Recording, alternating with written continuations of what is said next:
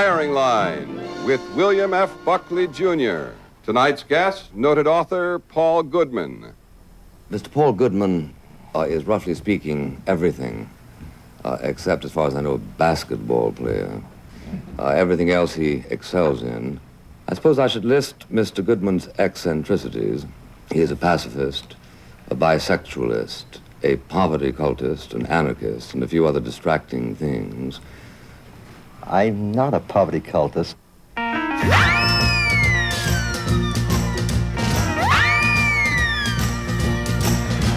God, city man, you must be putting me on. Would they deny that there's been every kind of effort to create an insane consensus? And when you students try to do something about it in order to save my kids from being fried, whether what you're doing is right or wrong, it's something. You know, while other people were looking at Tab Hunter or Rock Hudson or whoever they were, we were looking at Gudman and Allen Ginsberg. They were the people who were our stars. Why are you so hostile? Because I want to watch the Knicks on television. Is that Paul Gudman? He was quick, he was lucid, he was hawk-faced. He was tweedy, rumpled, craggy. He had this great twinkle in his eye. I don't think he had the most loving personality in the world. He could write something so you'd say, hey. Being who he was inconvenient in every company. It must have been very hard for him. To want to live truthfully meant that he could hardly live with anybody. He really suggested another way of being. Paul Gudman changed my life.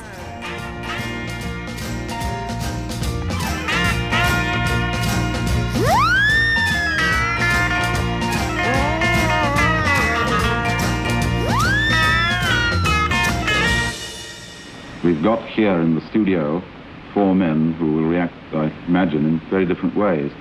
We have Paul Gudman, a philosopher and an anarchist. We've got Stokely Carmichael. We have Allen Ginsberg, a poet. Allen and I are good friends, but I'm afraid that, see, Allen is white.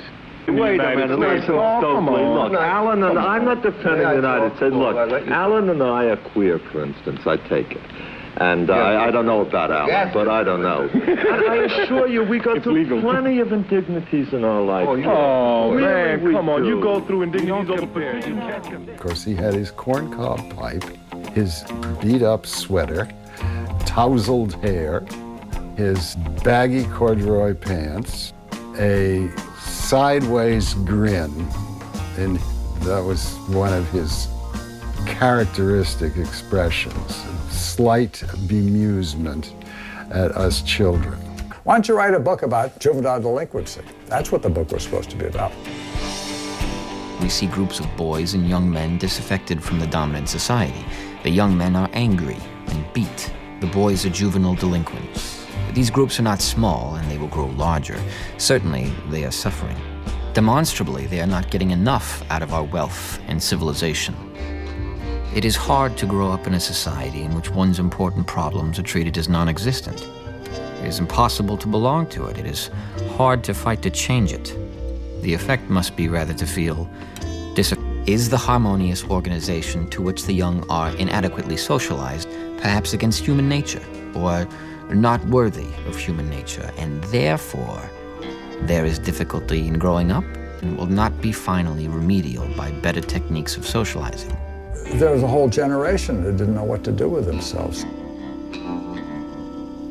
See, we live in a society and where these kids have been subjected to a bad educational system at the college age for 14, 15, 16 years, in which they have never had a chance to find their own identity, certainly not their vocation. So far as they can see, most of the vocations in our society are corrupt. Very few are exempt from that. You know, the law is corrupt, business is corrupt, politics is corrupt, the physical sciences have become corrupt. Religion is becoming a little less corrupt for them. Growing Up Absurd when I was younger was this iconic book. It was a book that you had to contend with. I was living in a small Texas town. If I stayed in Texas, it just wasn't going to work for me. I had to break away. Paul Gudman was someone who helped strengthen that resolve in me, or that ambition. So this relationship sort of, just to put it that way, developed the growing up part. See, growing up, Dodge, is like in a tree. The whole tree is alive, but the most alive part is that cambium layer, the growing layer. And if you do not keep that part healthy, then very soon the whole tree begins to wither away. It was young people that took up the book, devoured it. It was on I mean, you couldn't walk into a college dorm room in those days and not see that book on the shelf. It was everywhere. And it really marked us. I had a hard time actually getting a copy to reread this book, and because it's not published now. But I did finally, and it was an interesting experience because it was in many ways very different than I remembered it. It's strikingly different in the fact that it's only about men. And he makes a big point of that I'm not talking about women. When I say young men and boys, he said a girl does not have to make something of herself. Her career does not have to be self-justifying. But if boys do not grow up to be men, where shall the women find men? Or the children find real fathers? 1 minute, you will meet Paul Gudmane, the American radical and essayist, author of such well-known books as Growing Up Absurd, and for more than a decade, the guru of the New Left.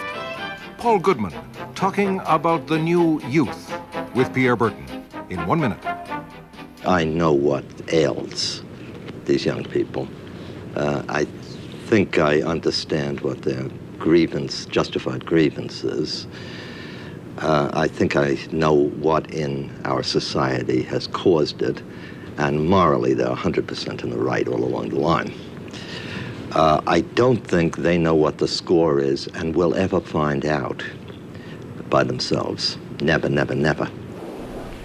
It was a 2-week... They don't begin to remember what it's like to be a real professional. An engineer who will say when they... Israel, sometimes freelance individuals like Socrates and the satirists of ancient Rome who are critical of the hierarchical arrangements, the institutional rigidities, the hypocrisies of their time, and whose complaints echo the complaints of ordinary people. Paul was really the first person I knew who really stood for me as an example of moral courage. And it was so absolutely almost effortless on his part that for a long time I didn't even realize that that is what he was about. The very best example of that was causerie at the military-industrial.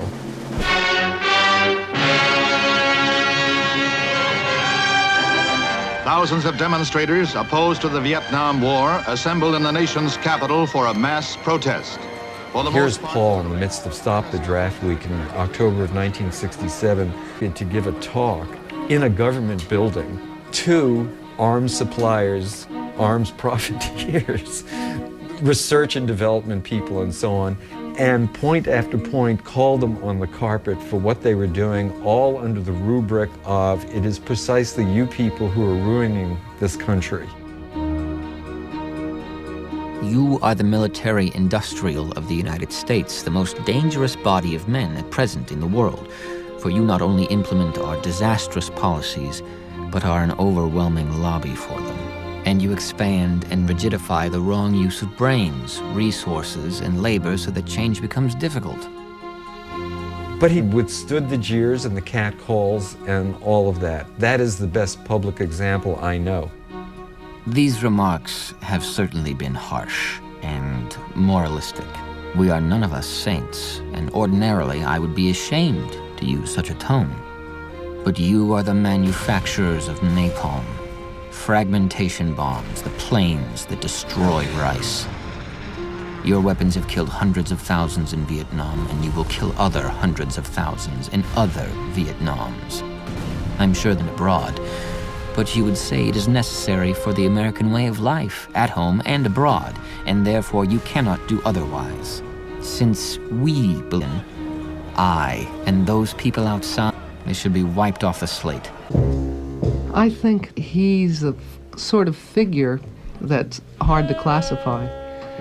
And he was all over the place. People didn't know what to do with him, and he was a gadfly. He wrote poetry, fiction, plays, essays in subjects which academics like to keep for themselves and call the social sciences. He was a moralist. He wrote about the arts, he wrote about literature. He was a practicing lay psychiatrist.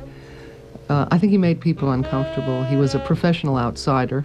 But at the same time, it's a tragic theme. That is, the circumstances into which we're born are so unnatural, are so dangerous in so many ways, and so much of that is built into the social circumstances in which we're born, that more than anything else we want out, but to be out is to go nuts, challenged, and more likely than not, one way or another, you're going to go crazy too if you're in. So what do? Are you in or are you out? To take the idea of Don Quixote and turn it upside down. See, the Don was rather cracked, although very noble, moving around in a society where people were pretty commonsensical. What I do is the reverse. I say the society that any reasonable person lives in now is pretty cracked. What I try to do is to bring together a group of characters who insist on being just sane as hammers, and calling every spade a spade, and acting according to their, because a lone man is bound to be crazy. A lone man is bound to be crazy. You cannot live alone. You will be crazy. Man is a social animal. Yes. Paul was very close to Susie from the time she was small. Susie lived with him. I think his first wife, Jenny, had not been that eager to have a child, and Paul was the one who wanted one. And he said, you know, he'd take care of it when they split up, and he did, in fact. Paul knew about bringing up a child through that. Here's a poem for my daughter, very ill with polio. My little darling looked so pale today, fading away, pining and thin like the transparent moon in the afternoon.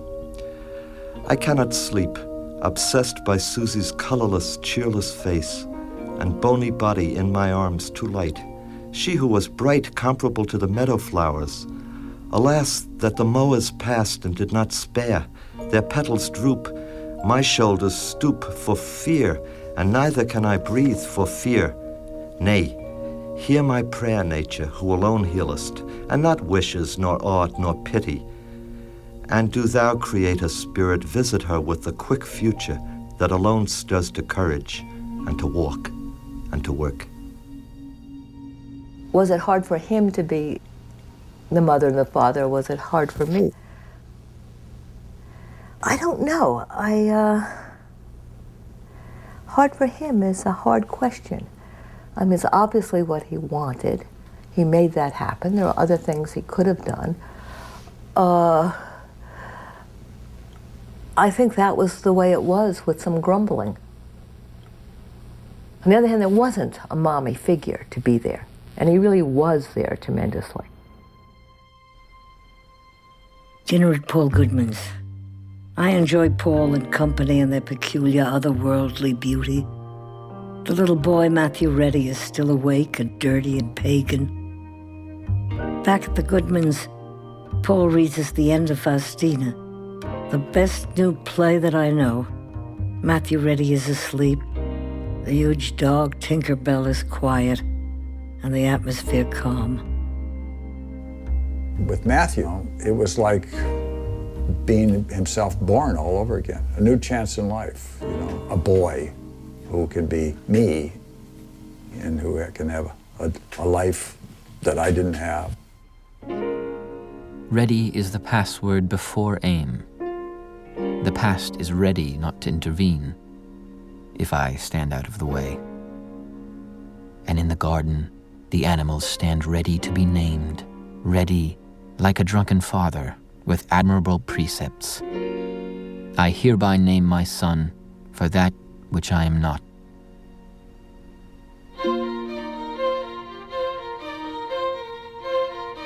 I went to Black Mountain College in the summer of 1950. I remember him very vividly. He came with Sally and 2 children. I believe I always referred to her as his wife, a common law wife. I found him enormously interesting. He was not a big, tall or imposing figure as such, but he had a kind of enormous physical vitality. But it just went, you know, zooming its own way, knocking things over, but it was joyous and it was kind of mischievous. That word was in the dream, and I realized that there was a good aspect to mischievousness, that it kept people perky, and that considering that I was now 79, I would have to be careful not to become too devoid of mischievousness. He was an exciting teacher. He was very suited to Black Mountain. He was a person that either enjoyed or unwittingly produced a lot of argument around him. That was very good for getting people to think more. He struck people as troubling. He had a very strong agenda about introducing discussions and questions, and also his own desires about relations to boys and men into places where people didn't find them welcome. What was just quite astonishing to me was seeing him there with a family, and a family that he clearly cherished, because there was nothing devious about any of this. It was just in the open. It seemed to be not a theoretical proposal, but something put into practice. Towards the end of the summer, it came to a head, and I believe that Paul Gudmane wanted to stay at Black Mountain and was rejected. And of course, the gay question came up, but what also came up was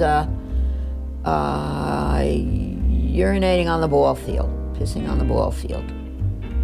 That was part of his agenda, you know. Functions and all the parts of life were to be right out there for everybody to see, whether they wanted to or not. And I loved the way his hands were. They were beautiful. His hands was, I remember looking at them, and he could peel. He's that fascinating. We used to play croquet over there and have absolutely deadly games. I mean, people would get so mad, and I get furious and said, I'll never be on the same side as Paul, or the other side either. I won't be in a game with him, and so forth. What was he like as a Oh, he was terrible. He would cheat slightly and do all kinds of things. But, you know, he wrote any place. He also, it's filthy. This is where he used to work.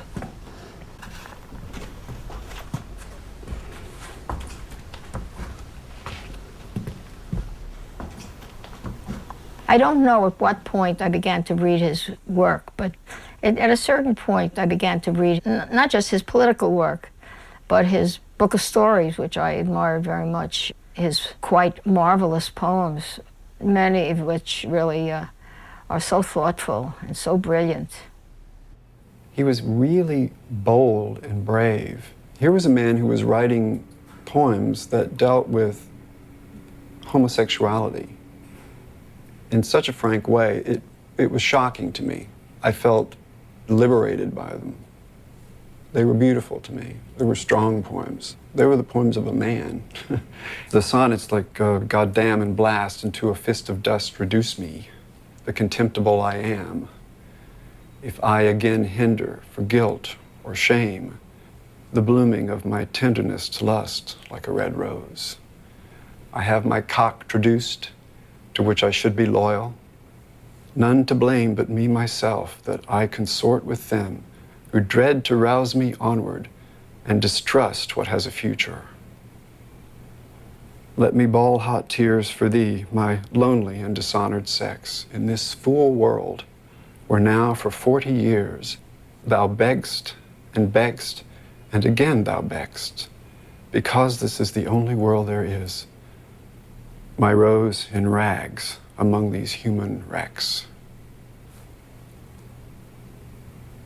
How do you deal with a poem like that.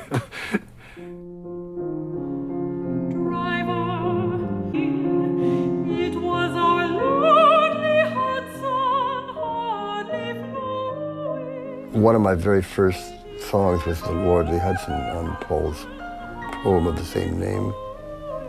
And he was very much on my mind as a lyricist. It's not because I was interested in the human voice that I was attracted towards song, but I was interested in poetry. Paul's poems work, and what they say is universal.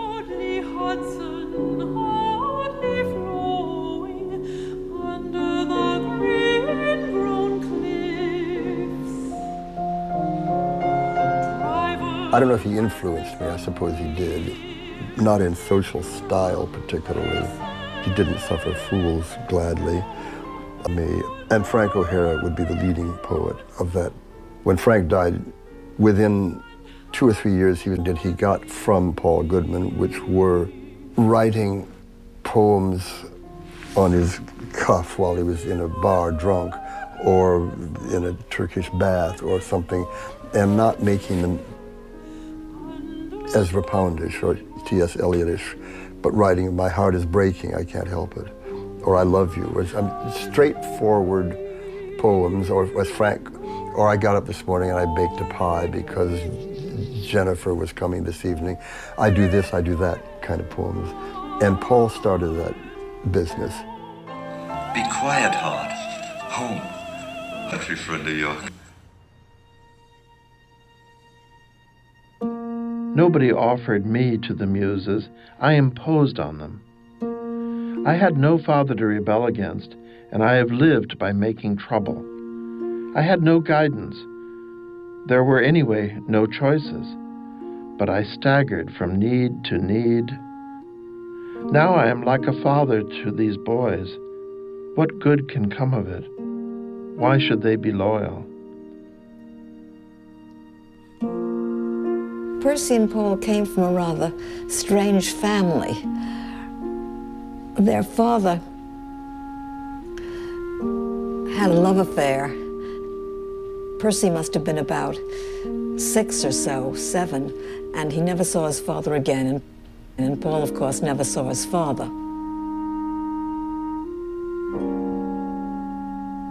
Paul's sister Alice was very much of a mother to him because his own mother was always working. So Alice, who was about 10 years older, was very helpful taking care of him. It's certainly true that part of his story about himself, who he was, and why he was like he was, had to do with his fatherlessness. But the truth is, he knew very little about his fatherlessness. He never saw a photo of his father. When he was growing up, no one spoke of his father. His father had left the family when Paul was being born. That family had been in comfortable circumstances, middle-class circumstances, and they were plunged into poverty by the father's leaving. So a kind of curtain was drawn across that past in the family. They didn't talk about the father. Every sign of the father was destroyed. So he grew up with the awareness a kid would have that this is not talked about. So that heightened the sense of fatherlessness. But he had a world, both a family world and also, I mean, he loved the streets, and from 8 on, he was playing in the streets every day. He really wanted to be part of that gang of older kids usually, and worked at it, and it, you know, that was a key thing in all his life thereafter, so to be part of a street gang. And it counts for a lot of his romantic tastes the rest of his life too. Both sides of it, that is, the family structure with the women at home and the domestic life you can count on, and playing in the streets.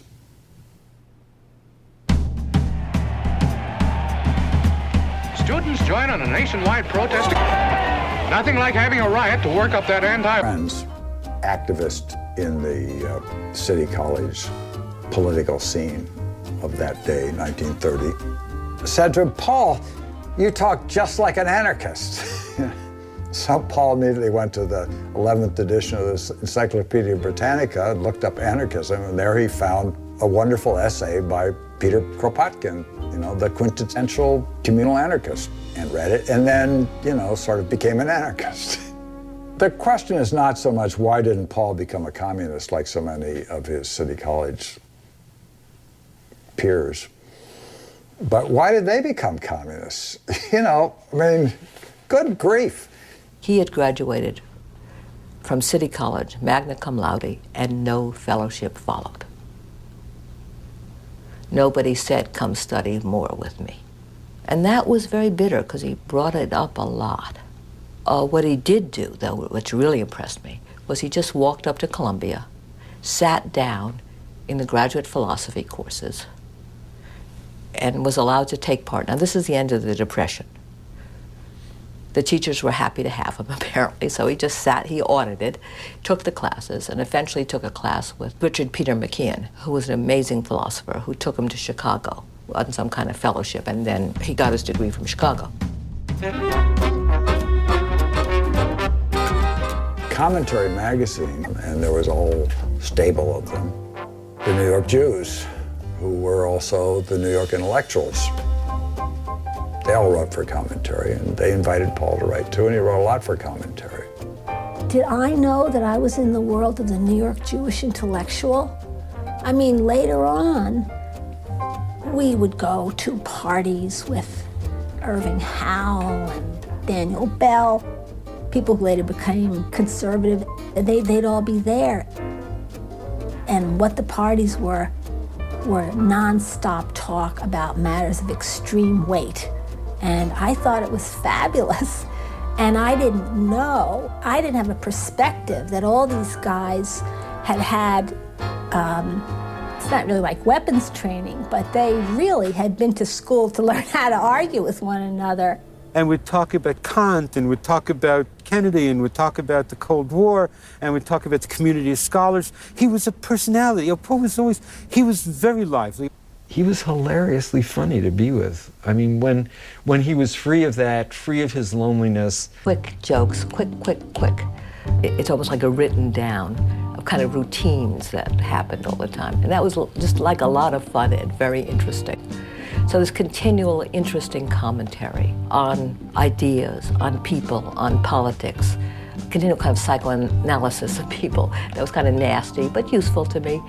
A lot of people came to the house, and they were very interesting people. And, you know, I'd hear about Wittgenstein, and I'd hear about this painter, and I'd hear about the love life of that one. Endless, interesting, very involved talking, where every idea matters. Every idea you had mattered, crucially, was life and death, and you went into it with a passion. We were trying to define what is it we're looking for? What is the new art? What is the revolutionary art? What are the changes we really want to make? And that boiled up into an enthusiasm that caught on with the students and became the 60s. I think one of the things he liked about the Living Theater is that without money and with a lot of opposition, we persisted and put on beautiful and good plays, including his. He used to say, he wrote this, anarchism, which is one word label he would give to what he represented, is not a set of principles, it's not a dogma, it's not a position, it's an attitude. You would hang around Paul, or you would read his books, never meet him, or both. And you were not learning your lessons. What we were doing is getting the habit of responding to experience in his company, from his point of view. So there might be a kind of family of responses and takes on life. You'll accept some of them, take some of them in, others not, they're not right for you. Paul changed my life, but the way he changed my life is, in a sense, knowing him gave me my life. And but it's mine. If you look at something like the civil rights movement, you'll see that its entire progress and every success it has had, was in terms of decentralized, spontaneous uprising with considerable coordination, but almost no top-down direction. As soon as there was top-down direction, the thing would wither. The operative idea in participatory democracy is decentralizing, to multiply the number who are responsible, initiate, and decide.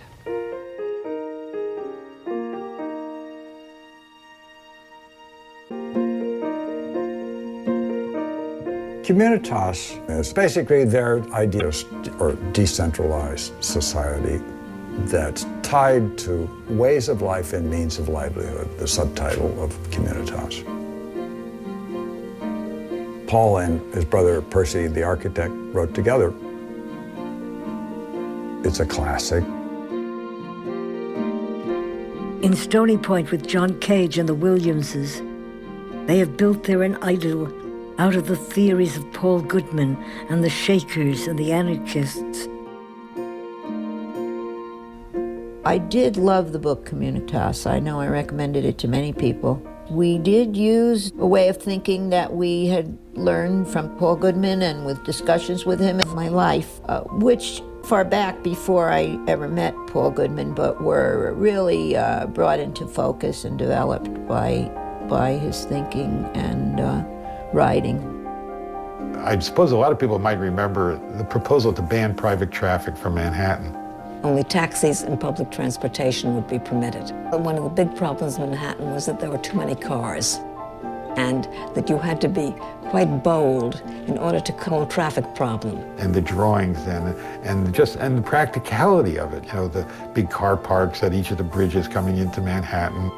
This would obviously make transportation much faster, it would cause less pollution, and it would solve a great many problems. You'd get back 30% or 35% of the land in Manhattan, which could then be low-cost housing without being high-rise and community parks. And they felt that we had some public transportation, we could have more, and there was no reason for people to bring a car into the city. People thought, this is crazy, this is quirky, and other people looked at it and said, well, it makes such obvious, perfect sense, okay?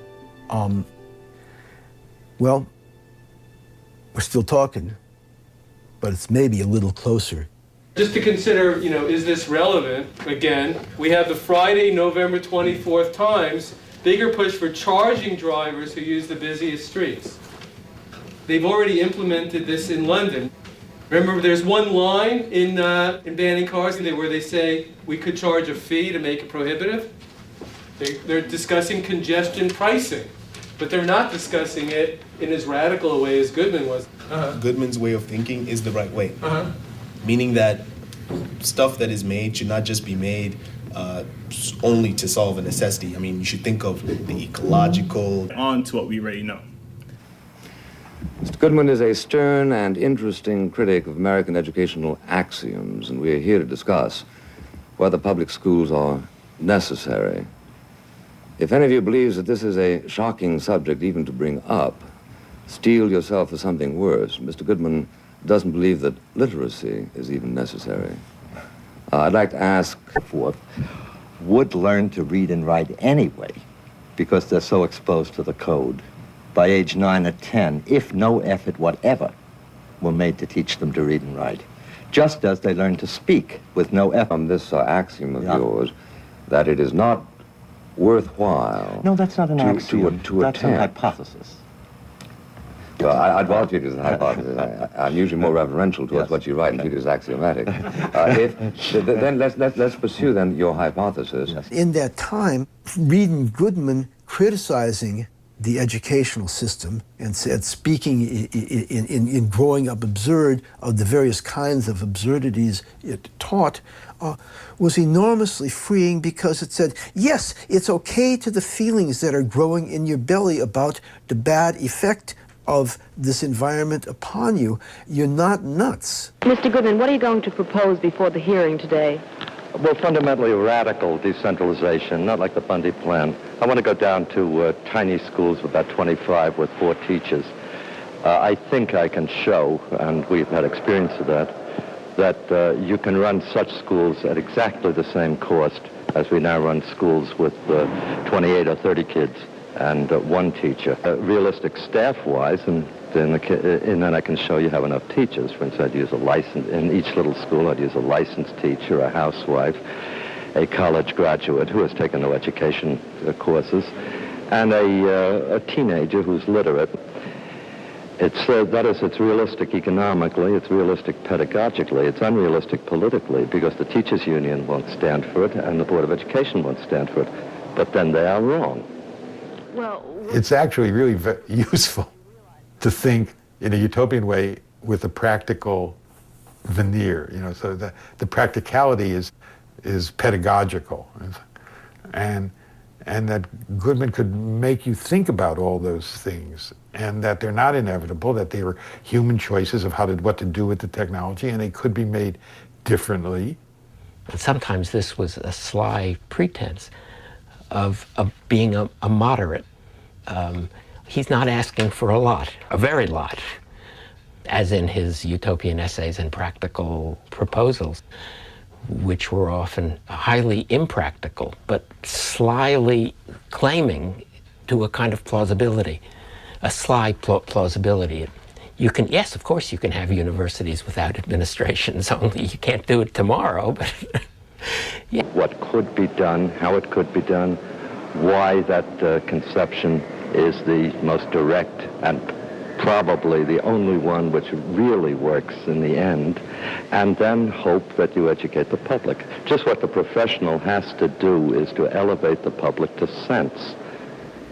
I think my father's from a different intellectual tradition. It's the old tradition of the man of letters, a much broader, wider tradition. You're supposed to know the scientific culture, literary and philosophical and theological culture. You're supposed to know it all if you were a proper grown-up. I'm a Jeffersonian. And Jefferson felt, with Aristotle, by the way, that the chief function of a political society is to educate its young. That's what it's about.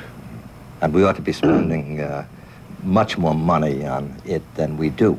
To make them liberated. That's right. And as you remember, Jefferson felt that a very important part of that was that they should learn history, because by studying history, they could learn how to be vigilant for freedom. That's what he thought when cut out of history. And that would, of course, require literacy. But that would, of course, also require reading as an art. That is, where you're reading not to know a code, but for truth and imagination, and so forth. Wrong if you think that. That's exactly what's wrong with our teaching reading or at axiomatically? present. That's what's wrong with our teaching at present. We take reading, instead of being an art, as if we're the learning of a tool subject. But this isn't at all how a person learns, because the person learns by an intrinsic need or reaching out. And what you reach out to is what's interesting. And if the text isn't interesting, then why bother?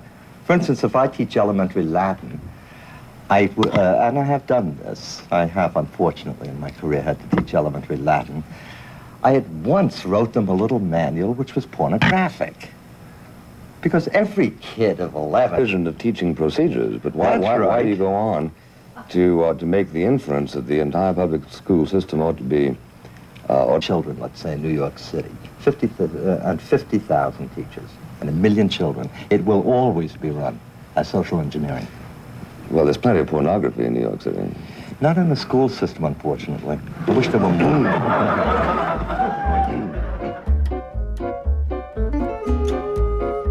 People were putting garlands around his head and so on because he was really smart and because he had an unusual quality of mind and so on. And then he would go and do something outrageous, in the sexual department. The classic story is, of course, making out right outside the dean's window at the University of Chicago. I actually don't know under what circumstances he left. I don't know that he was fired from his job or whatever, but he did get fired from his jobs. Paul apparently made passes at both the soldier and his wife. And now I do not know which pass the soldier took umbrage to, but the next thing we knew, he'd gotten quite a beating. We got an SOS that things had gone terribly wrong there and that Paul had had his glasses broken.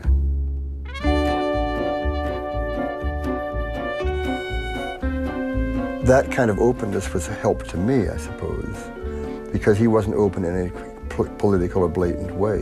He just would say he instead of she.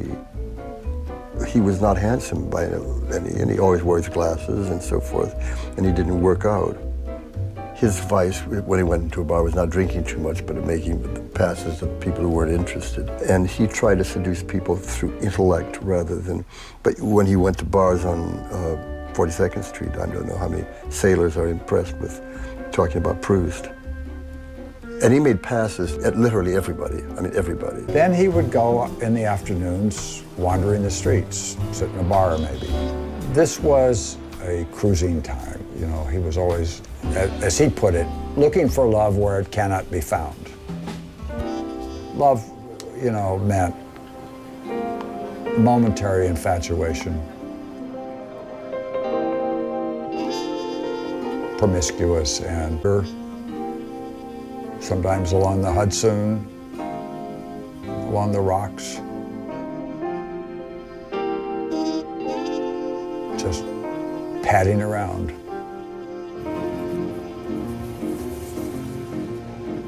All I could think of was he was a big dope to go cruising on the piers. I mean, God, didn't he know what he could catch? You know, things like that. And what was he so goddamn proud of, his prick, you know? But everybody has one except women.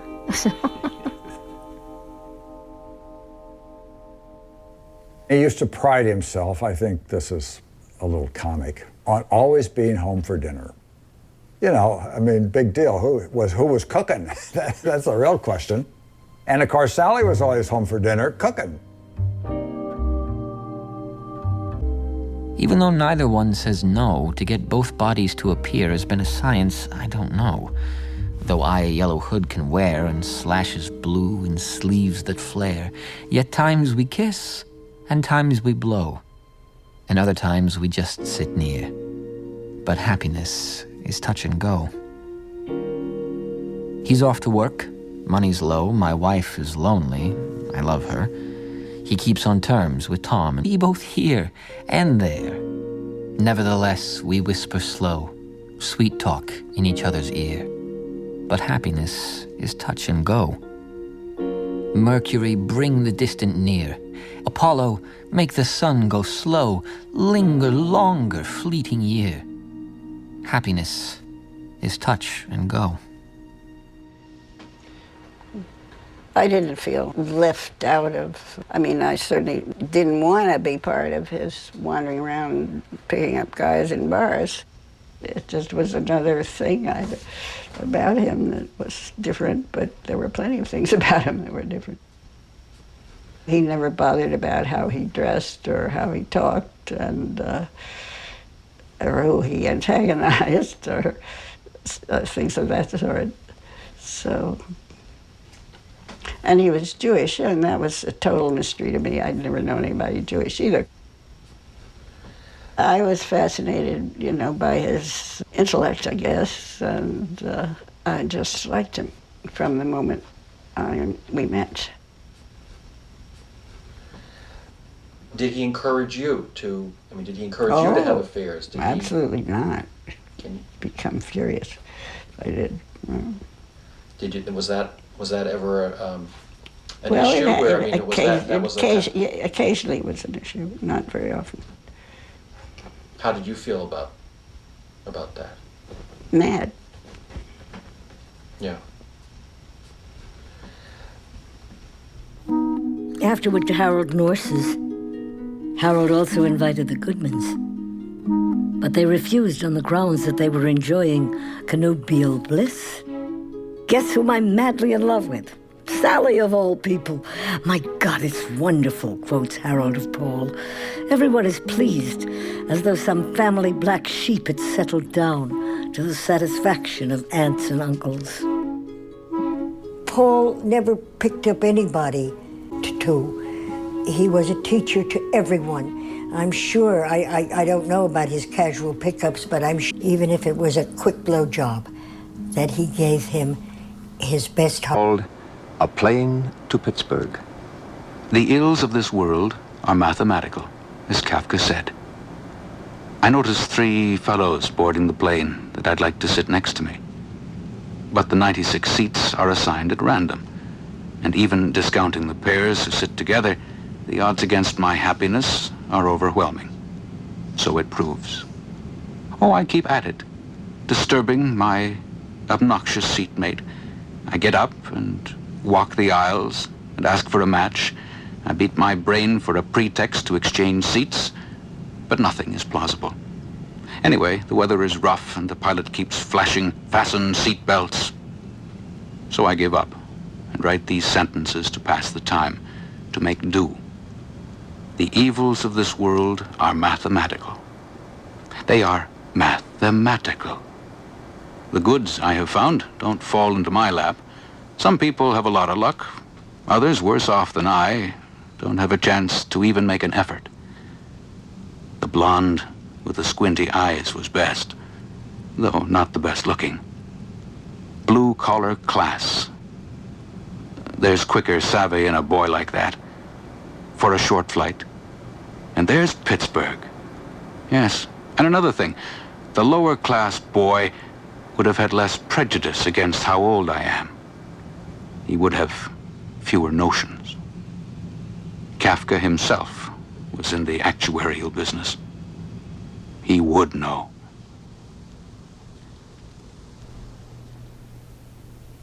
Paul came back from Europe, and we were to pick him up. And Matthew was really excited, you know, in a way that showed how much he loved his father. And we tried to prepare things in the house and stuff. We got to this airport, and Paul walked off the plane with this beautiful young boy, and was not interested in us or anything at all. And it was devastating to me. I was furious. Matthew was much more accepting, like, this is the way my father is. I was angry. Matthew became very quiet. So that's an impression of Paul, unfortunately, that has stayed with me for, you know, since 1966, a long time. And he certainly was very driven by his sexuality, but I think that that was always a source of interest, excitement, of approach to the world. He was always fed by that, and his refusal to deny that, I think, is directly related to the unending flow of speech and words that he had when he was alone and when he was with others. The fact about Paul is that he was a married man with children. They were really married.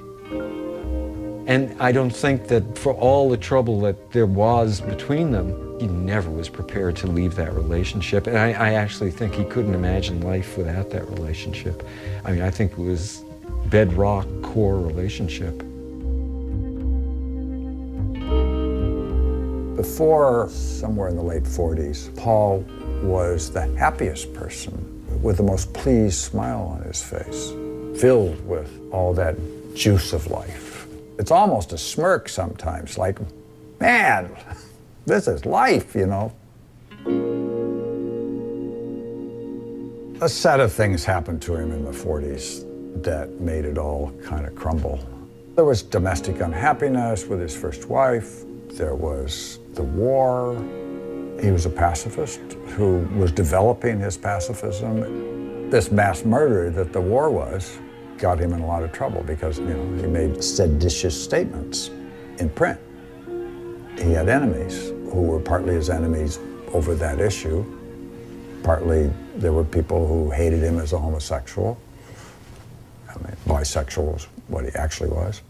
So he ended up being, in the early 40s, blackballed in many of the journals and other places where he could publish. But that was also mixed with the fact that his writing was avant-garde. In 1951, he wrote a little essay on being a writer, never published it, which basically said, I give up. That was the point at which Gestalt therapy came out, the book he had collaborated with Fritz Perls and Ralph Hefferlein on, that became the founding text of the Gestalt therapy movement. This is Perls, if you...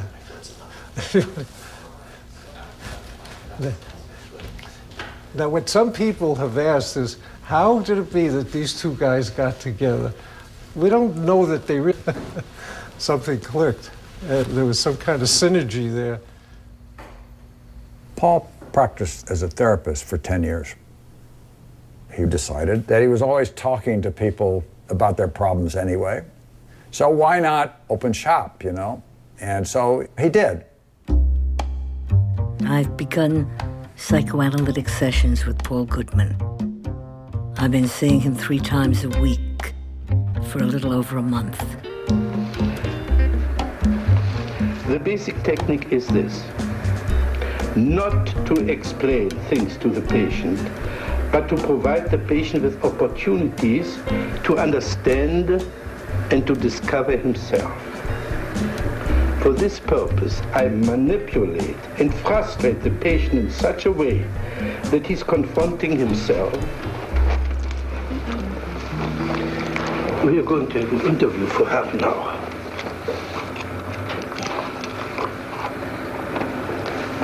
Right away, I'm scared. You say you're scared, but you're smiling. I don't understand how one can be scared and smile at the same time. And I'm also suspicious of you. I think you understand very well. I think you know that when I get scared, I laugh or I kid to cover up. Are you aware of your smile? You don't believe a word what you say. I do too, but I know you're going to pick on me for it. Sure, you're bluff, you're phony. Girl, it's phony. You put in a performance for me. Oh, I resent that very much. Can you express it? Yes, sir. Boy, I resent you calling me a phony. Just because I smile when I'm embarrassed or I'm put in a corner doesn't mean I'm being a phony. Wonderful, thank you. You didn't smile for the last minute. Well, you call me phony. I just hate that anyway. Now we're getting somewhere. Paul spends entire sessions insulting me. Why does he do this? Occasionally I get angry, but I've gotten used to it so that I often merely observe it. You are not qualified to discuss this, he says of precisely those things I know best. Paul won't see this as his problem and insists on playing the Zen teacher. The way Gestalt therapy works, you are not just the boss of the therapy, but you are in the therapy. The whole 10 years was self-treatment, was his lesson in making contact with others who needed him, who he could do something for.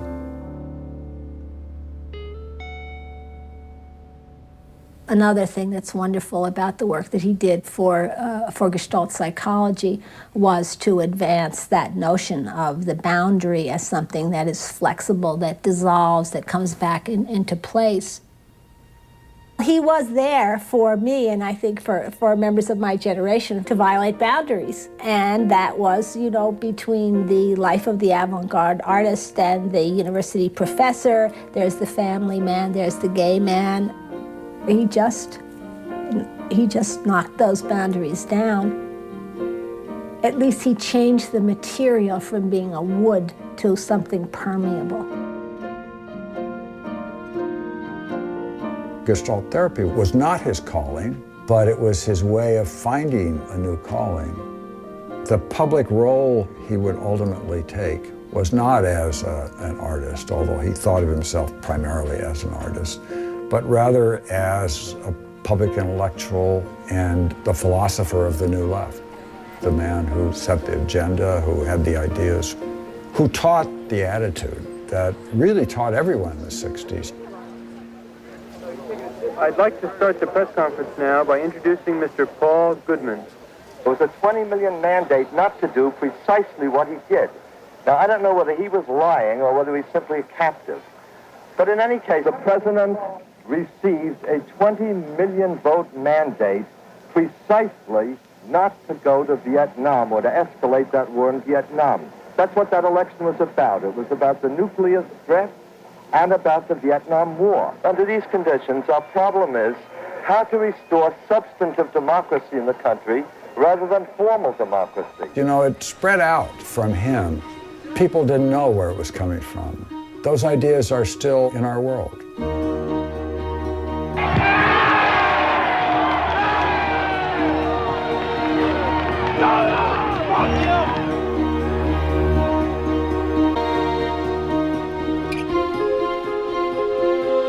If it comes out that after we've tested the general will as hard as we can, that the Americans simply have become so callous and brainwashed that they don't care whether they fight things like the Vietnam War, then I have to feel that I'm a man without a country. When Paul Gudmane wrote Growing Up Absurd in 1959, he electrified the public with his description of the shattering impact on the but spiritual evil. In 19 are fighting, dying, and are so ambiguous the whole nation sees with dissent. We decided to have a mass draft card burning. It was the largest draft card burning in the history of the country. Matthew held up the sign, 20 years unregistered, and I smoked my draft card. Matthew was a very principled person. He never registered for the draft because he felt like that was the proper thing to do. If you didn't believe in war, you shouldn't register for the draft. He was up there burning draft cards, but he didn't have one to burn. He had soft features, but he was very, very determined. But he was extremely determined, extremely bright. He had a difficult relationship with Paul, he said. There was a lot of fighting, but a tremendous amount of respect that he had for Paul. And I knew even then that Paul had it for him. Gudmane republished his May pamphlet, originally written in 1945. The new title was Drawing the Line. I can remember very well how those words really first struck me. There is no right or wrong place to draw the line, but he says, no particular drawn line will ever be defensive logically, but by the right way from any line will prove itself more clearly, step by step and blow by blow. I had drawn the line at registering for the draft, and I hadn't registered for the draft. The second time I went to prison, I was arrested at a demonstration at a helicopter factory outside Philadelphia. There was an intention to try to climb on these helicopters to stop them from being shipped off to Vietnam. He didn't say that there was any particular place to draw the line, but that drawing it was very important, and that usually you ended up having to do it quite a bit. To me, maybe twice a week, some young fellow will be in my house asking what he should do about the draft. When they were planning the April 15th draft card burning, they came to my house asking if I would help them. Now, what am I supposed to do except tell them what I think the facts are, what I think a noble, moral, just, honorable action would be? If then, of their own steam, they perform that action, I must support them. I must give them money. I have given them money. The Greenwich Village Peace Center was a nonviolent organization. Almost all of us were half socialist, half anarchist, half this, half that. We had been established by the Quakers. The Friends Service Committee established community peace centers. So that's how we would get to be involved with Paul, with the whole very strong stand. Both my father and my brother were sort of in the crosshairs of FBI surveillance, my brother being a draft resistor and my father promoting draft resistance during the Vietnam War. When the doorbell rang and we weren't expecting something, I remember thinking to myself, I hope it's not the FBI here to take away either my father or my brother. So we certainly grew up with that hanging over us. See, I'm a pacifist entirely. I'm not a moral pacifist. Entirely on grounds, way of being in the world, of piling up armaments, is simply what a prudent man, a rational man, cannot possibly do. I cannot, as a living being and a father, acquiesce in the no beginning. You know, my boy's 16, just going to college. My girl's 23. I act that these kids are going to be wiped off the face of the earth. I just cannot acquiesce in that. And therefore, the notion nothing can be done is completely unsatisfactory to me.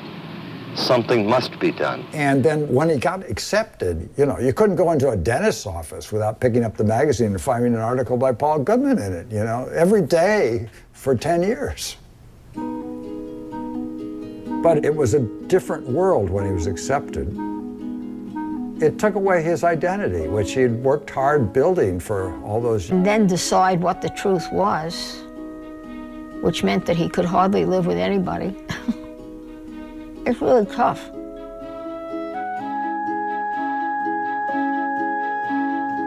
I want to ask you, at the age of 58, whether you, as a so-called elder statesman of the youth movement, can still communicate Well, I certainly can't communicate at all with what are probably the most important group, what we would call in this country the junior high school kids. 13 and 14 years old? Yeah, they obviously, I don't dig them at all, and they don't talk to me. And anyway, I don't speak their language, and I find their music boring, so there's very little way to get on with them. I still can communicate with the collegians, although the mistake, because I'm pretty good at handling shafts, and the result is that the great majority of the students suddenly take heart, hear somebody make sense, unlike SDS, for instance. You're talking about yourself. That's right. And like the thing that I read from your writing is that you're very alienated. I mean, you regard youth as being very threatening. And, you know, you're very traditionalist, and you're very confused. The confused, I hope. Threatening, no. Disappointing, yes. See, I have to explain but maybe, no, see, you're not I have to explain that. Look, Yeah. I've been an awful American life for a good many years, you know. I've been at this game for a long, long time of being on the outs in American society, you know. I'm an anarchist from way, way back, and I resisted the war, and I've been a pacifist, and suddenly I was getting a lot of lies. And a lot of young people, for instance, the free speech movement in Berkeley, was making terrific sense, and thank God we're suddenly getting some living sense in American society, which might make a change, see. But then, unfortunately, as the decade wore on, I became real disappointed. Now, this isn't their fault. It's not up to them to please me. But I'm just telling you how it is. Integrity, the keen insight, the weakness, etc., which I saw. It was, I think, unfortunate. It's not going to be heard because of the degree of polarization. And if you were an older white guy, I mean, you had even less chance of being heard. Had more intellectual time. If there hadn't been the Vietnam War, there might have been more of a revolutionary change in some funny way than the revolutionary change that came because of the Vietnam War. Because the Vietnam War allowed people to become stupid. Feeling that the youth movement had just taken all the wrong turns.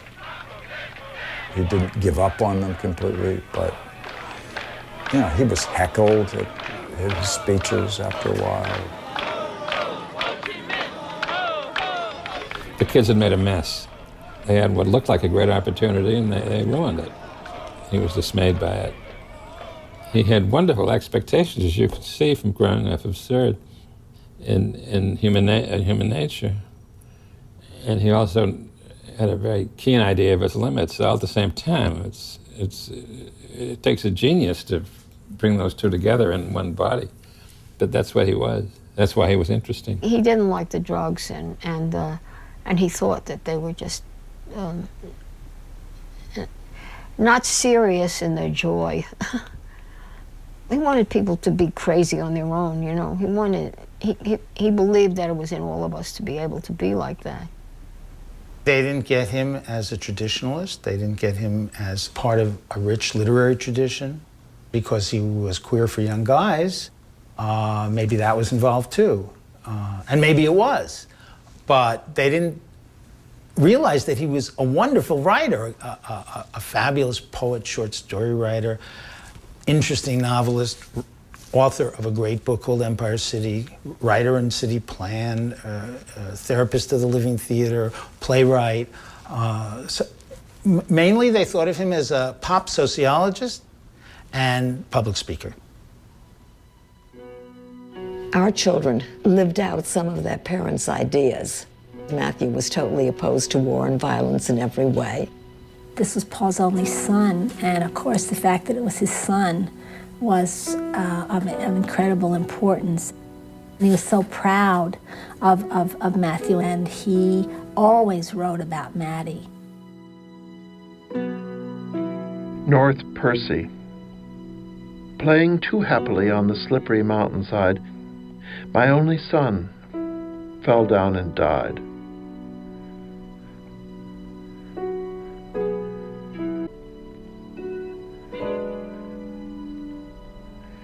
You see, girl, you ought not to center your affections so little short of idolatry. A young man is untrustworthy. In the morning satisfied he gets up from your bed, and in the evening he is dead.